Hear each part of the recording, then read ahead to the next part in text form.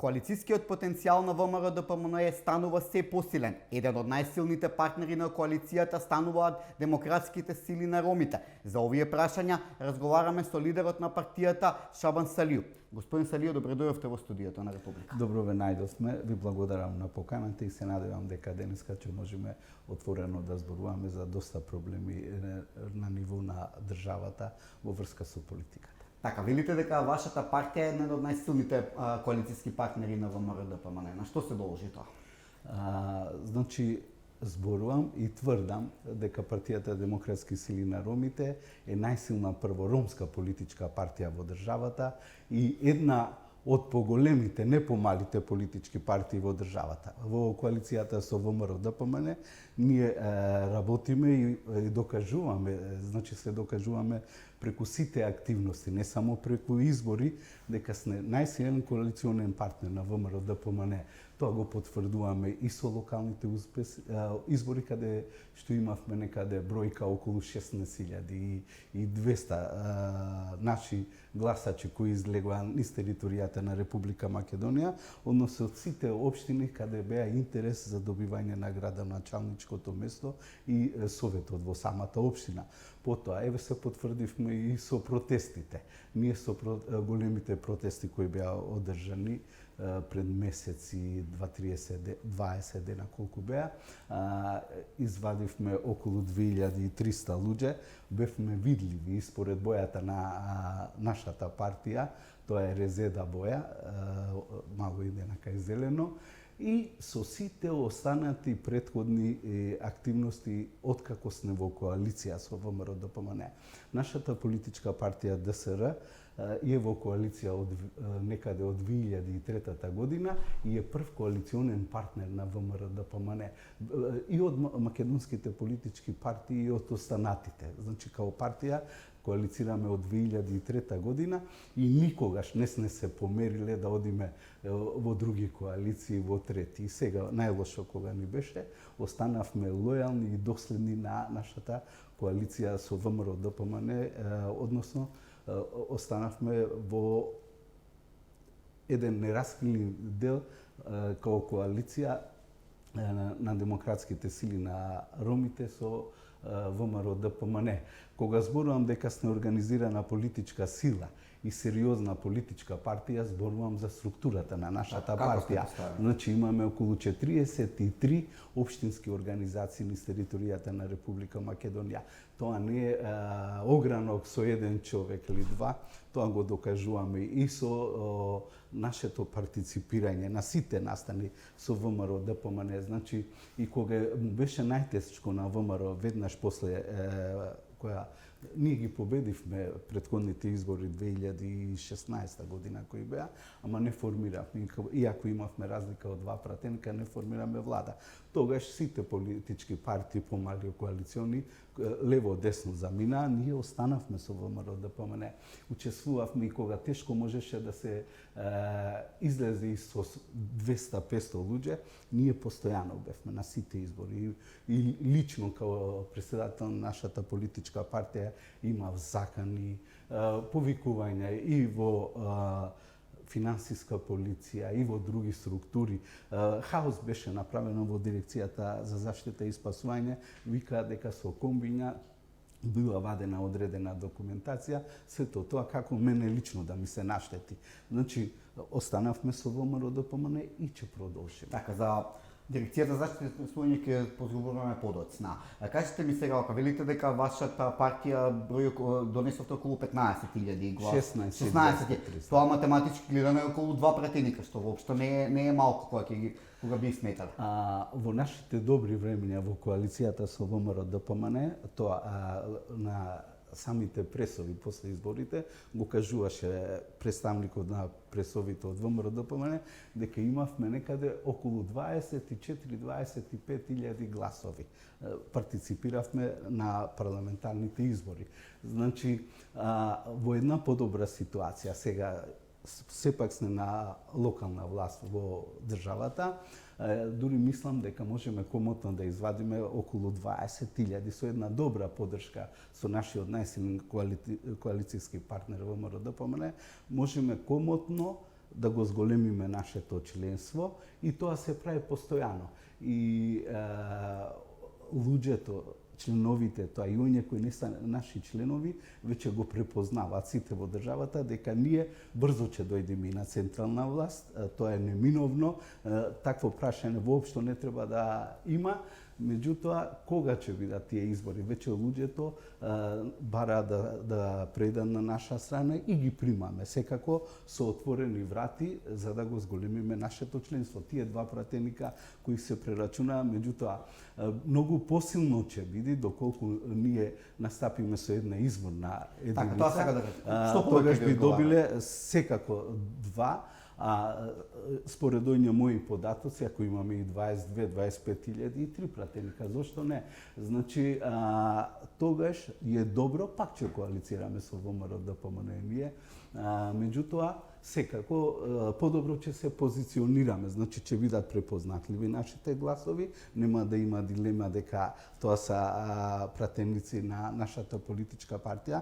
Нашата политичка партија тогаш веднаш е во добивка, бидејќи е парламентарна политичка партија. Има многу послаби политички партии кои се парламентарни во моментот, меѓутоа односот и мојот став и преговори со ВМРО ДПМН беше таков како што во овој момент не бевме парламентарна партија, значи 2006 година ние бевме парламентарна партија, ја бев пратеник и многу полесно можат да се остварат идеите, идеологијата на политичката партија доколку си во парламентот. Ние и вака имаме добра партиципација, добро учество, присутни сме во јавноста и нема населено место каде што има роми да не сме биле. Значи кога зборам 43 општински организации, тоа не се малку, тоа е огромна сила и без разлика кога ќе бидат, очекувам секако многу подобро престројување на нашата политичка партија во политичкиот систем на државата. Така, велите дека парламентарните избори се неминовност. Како ја оценувате состојбата во државата? Кога зборуваме за состојбата во државата, прво би кажал анемична, разочарувачки и жално. Зошто така? Бидејќи сите сме присутни, што се ги гледаме сите состојби во смисол, ако почнеме во поскапувањето на цените на основните артикли. Значи, горивото секој ден се покачува. Кризи од секаков карактер, нели имавме COVID-19. Нема семејство во државата која не е ужалено, не му починал некој член на семејството или комшија или роднина или познаник. Значи, као да се водеше една војна во нашата држава. COVID имаше секаде, ризик тако имаше секаде. COVID имаше секаде, но и решение имаше секаде. Не беше како кај нас во нашата држава.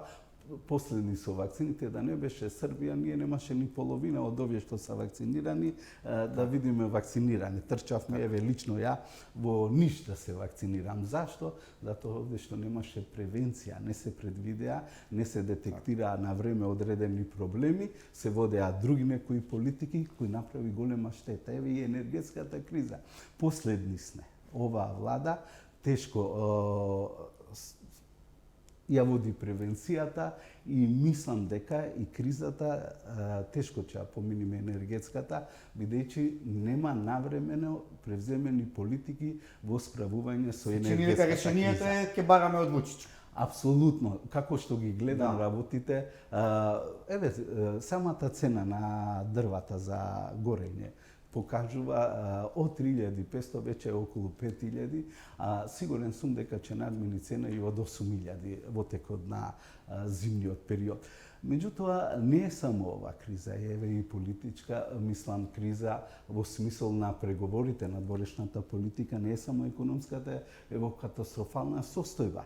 Значи, се што беше свето за нашата држава, Македонија, све предадовме, продадовме, како да кажам, и направивме една ситуација која е нонсенс во правото, пар екселанс ситуација, го сменавме името Македонија. Ја никогаш и откако е сменато, не зборувам Северна Македонија, за мене е тоа нешто страно и лошо, бидејќи као правник одговорно тврдам дека меѓународното право не памти ваква пар екселенс ситуација да наложиш, да притиска со ветување, да промениш име. Тоа е една катастрофална состојба.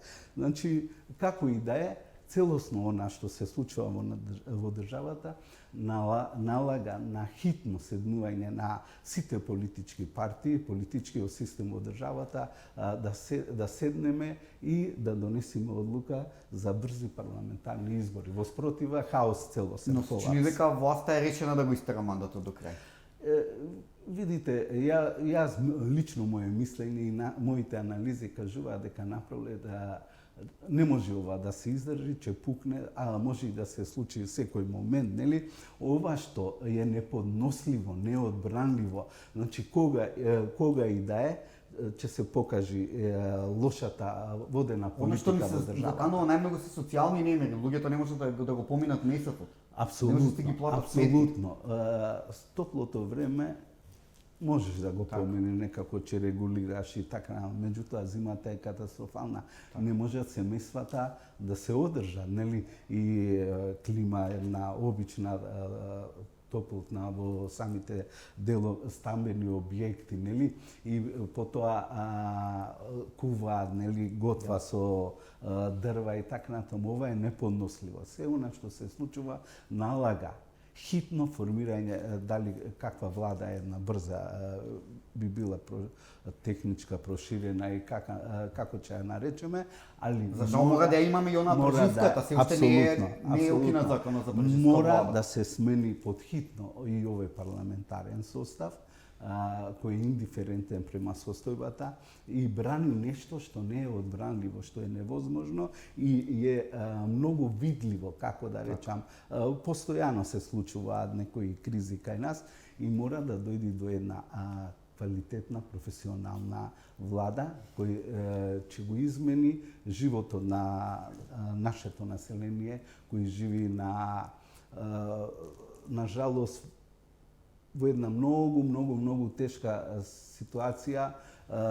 во неможност да се справи со основните човекови потреби. Така, една од загрижените категории на граѓани се и ромите. Сега, вие како представник на ромите, како ја оценувате состојбата, да речеме, во најголемата ромска општина, во Шуторизари, не знам, на економски, на инфраструктурен план? Видите, Шуторизари е една приказна сама за себе. Сите сега са во одредена криза, меѓутоа граѓаните во Шуторизари се во една катастрофална генерална состојба. Значи, во поглед на економијата, основен извор за одржување на фамилиите беа продажба на еден пазар таму во Шуторизари кој работеше сите овие последни, мислам, 15 години.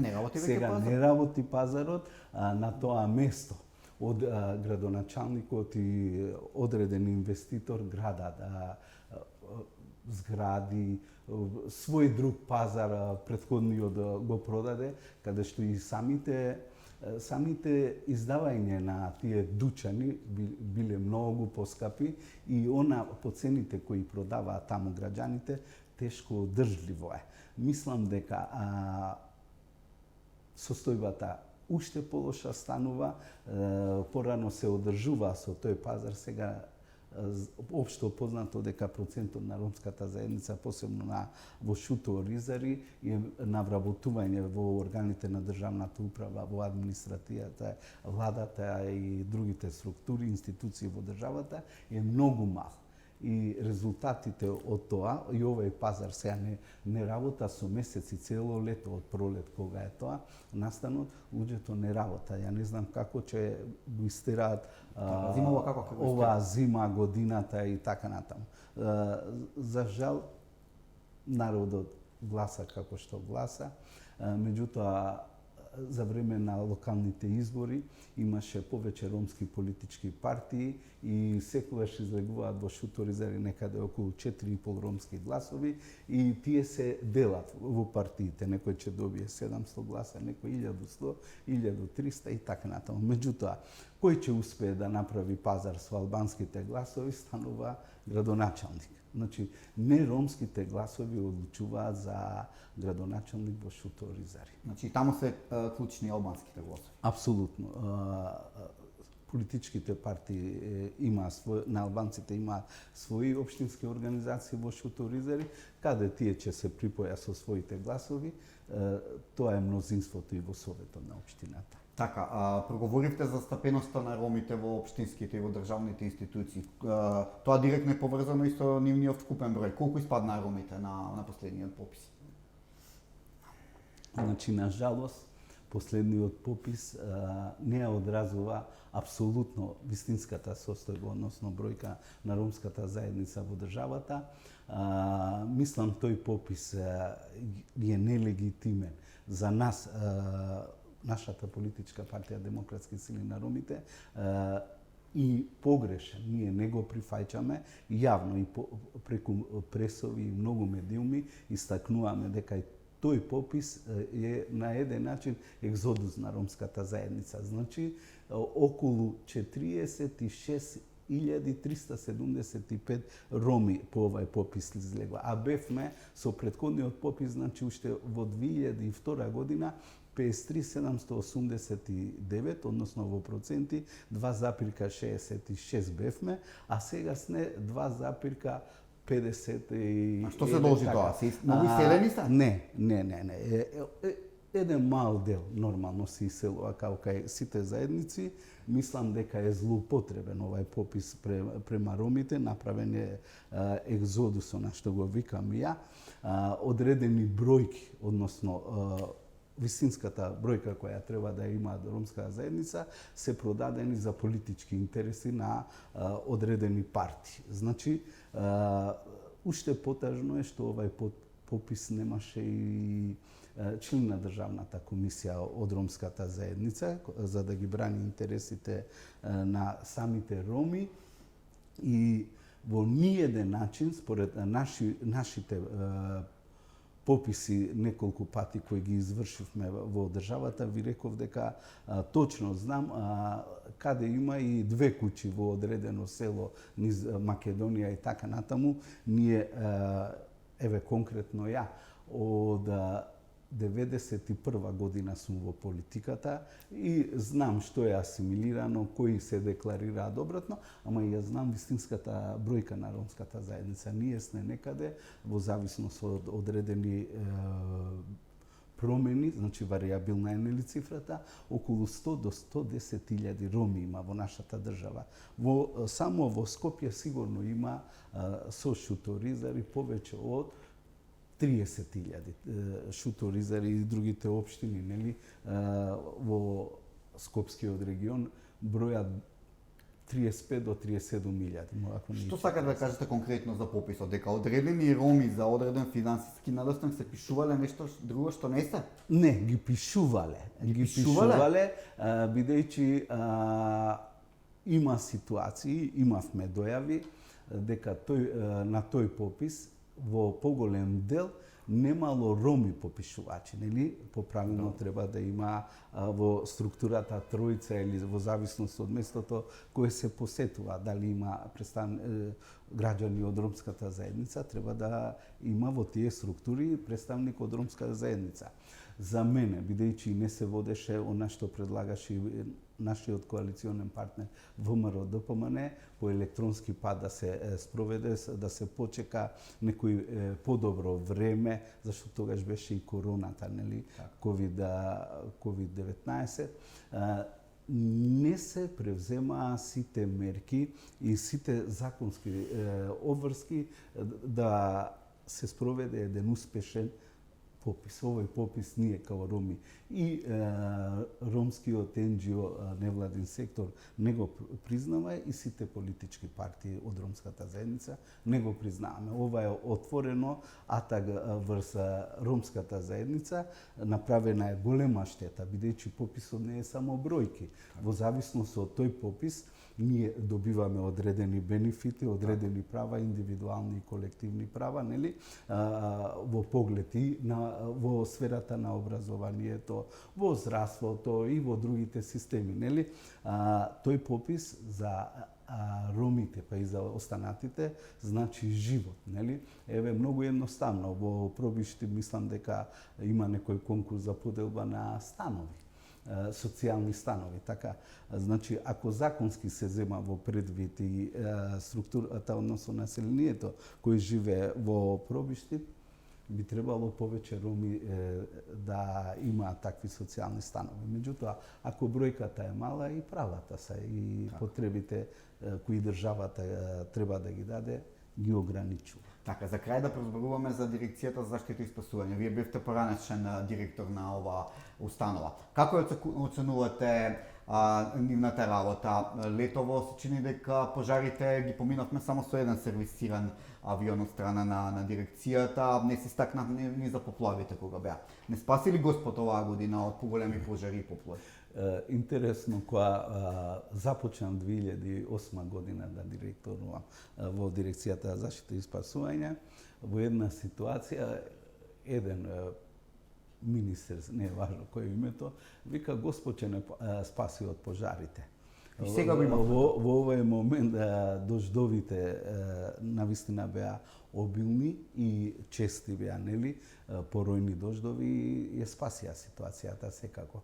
Значи, превенцијата во Дирекцијата за заштита и спасување е најбитниот сегмент за да дирекцијата биде успешно може да се справи со природните катастрофи, овие несреќи кои се случуваат и технолошки и така натаму. Од друга страна и немавме многу пожари оваа година. На жалост, еве, изненади као секогаш поплавите што се случија и во Скопје и во другите населени места, повторно ќе наведам. Значи, штетата доколку не е присутна на време превенцијата е 1:7. Ако е добра превенцијата, и помали се трошковите, и помали се задачите, и обратно. Значи, 1:7 е голема разлика. Мене ми е жал, кога ги гледам оње состојби што се случува со поплавите на телевизијата или со пожарите кои гора да шуми, дрва за кои е потребно 30 години да се обнови тоа, и професионално еве остана да ги посаматам сите тие работи и со еден онва вие што го кажувате, значи со еден авион не може успешно да се справи со пожари, шумски пожари кои се Зошто е толку проблем да се сервисираат тие авиони? Скапо е, не се... Скапо, не скапо, многу е поскапо кога ќе изгорат многу шуми, кога ќе изгорат одредени живеалишта, куќи, викендици, а не дај Боже и човечки животи. Тоа е уште поскапо. Значи авионите мора на време да бидат сервирани и најдоцна април месец треба да бидат во топ состојба. Зашто една година мене ми се случи, мислам дека беше 2013-14, пожар во декември месец. Страшен пожар имаше, зимен период. Сега, значи, и климата е многу променлива, се можни и големи сушни периоди, може да бидат пожари од големи размери, како што се случува и во Грчка, и штетата да биде како за 30 авиони да се сервисира. Значи, авионот мора да е сервисиран навремено, без разлика колку е цената, владата мора да одобри средства навремено и соодветно авионите да бидат во топ состојба. Така, да се надеваме дека нема да ни се повторат сликите од ланската година, кога странски пожарникари и авиони ние ги гаснеа пожарите. Да, точно така. Не го посакувам тоа. Жално е кога ќе видите колкави пространства на шуми, дабови, борова шума, кога гори, а не можете ништо да превземате. Во секој случај ние сме и мала држава, економски не сме толку силна и не е возможно сами да се справиме. Затоа имаше, предпоставам дека има и сега, меѓународни многу асоциации, соработка со повеќе држави и треба соодветно и навремено да се повикаат таквите помоши едни на други се непотребни. Така, господин Селио, ви благодарам за разговорот и ви посакувам многу среќа. Ви благодарам што ме повикавте гостин да бидам на вашиот портал и се надеваме дека ќе се видиме повторно.